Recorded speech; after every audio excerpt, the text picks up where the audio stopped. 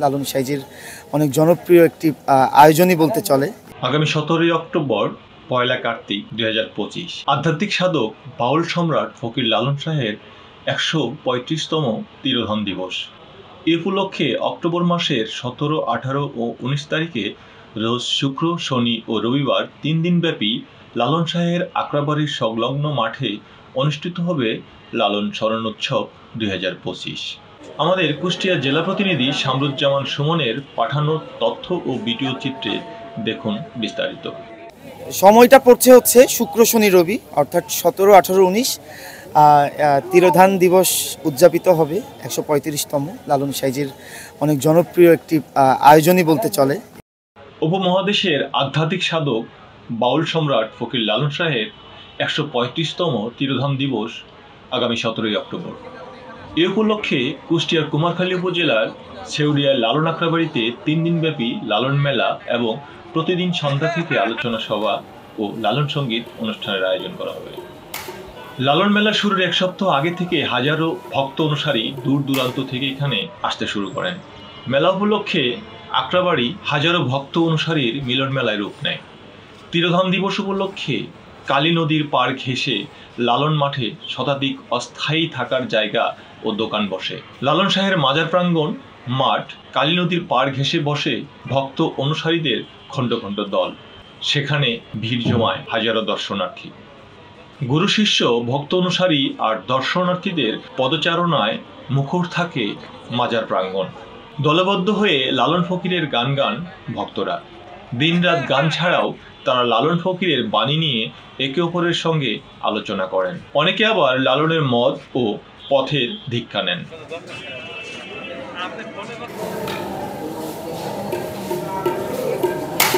লালন মেলায় কালী নদীর পাড়ে মাঠে বসে গ্রামীণ মেলা।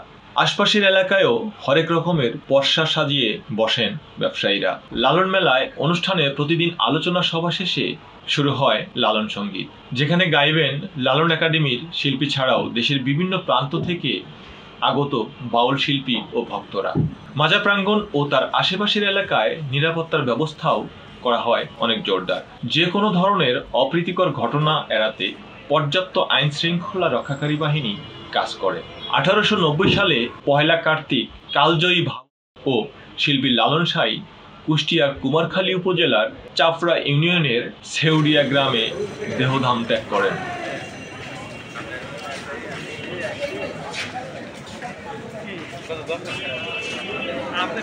এরপর থেকে আকরাবাড়ি চত্বরে তার ভক্ত অনুসারীরা তাদের সাইজিকে স্মরণ করে আসছেন। পরে লালন একাডেমি এই আয়োজনের দায়িত্ব নেয়।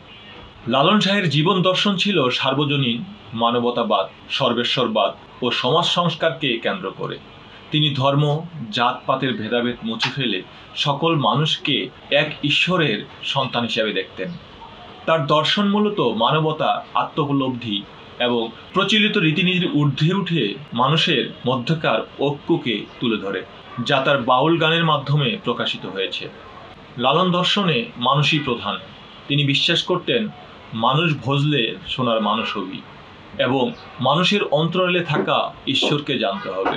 তিনি জাতি, ধর্ম, বর্ণ, লিঙ্গ নির্বিশেষে সকল মানুষকে ভালোবাসতেন এবং ভেদাভেদ দূর করার আহ্বান জানাতেন। লালনের দর্শনের একটি গুরুত্বপূর্ণ অংশ হল মনের মানুষ ধারণা। তার মতে এটি কোনো নির্দিষ্ট ধর্ম বা বর্ণের মানুষ নয়, বরং মানুষেরই অন্তরালে থাকা এক আধ্যাত্মিক সত্তা। তিনি শারীরিক ও বাহ্যিক আচারের চেয়ে মনের ভেতরের সত্তাকে জানার উপর জোর দিতেন। সমাজে প্রচলিত কুসংস্কার, কুপ্রথা এবং ধর্মীয় গোঁড়ামির বিরুদ্ধে তিনি সোচ্চার ছিলেন। লালন তার অসংখ্য বাউল গানের মাধ্যমে তার দর্শন ও মানবতাবাদের বাণী প্রচার করেছেন। তার গানগুলি 19 শতকের বাউল গানের জনপ্রিয়তা বাড়িয়েছিল এবং আজও তা মানুষকে প্রভাবিত করে। লালন শাহ ছিলেন একাধারে একজন আধ্যাত্মিক বাউল সাধক, মানবতাবাদী, সমাজ সংস্কার এবং দার্শনিক। তার জীবন দর্শন ছিল মানবতাকে কেন্দ্র করে, যেখানে তিনি সকল প্রকার ভেদাভেদ দূর করে মানুষের মধ্যে ঐক্য ও ভালোবাসা স্থাপনের কথা বলেছেন।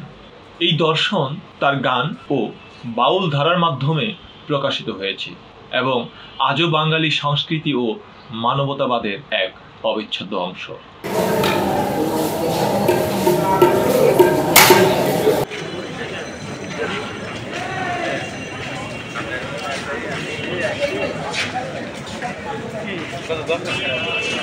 আপনি ফোনে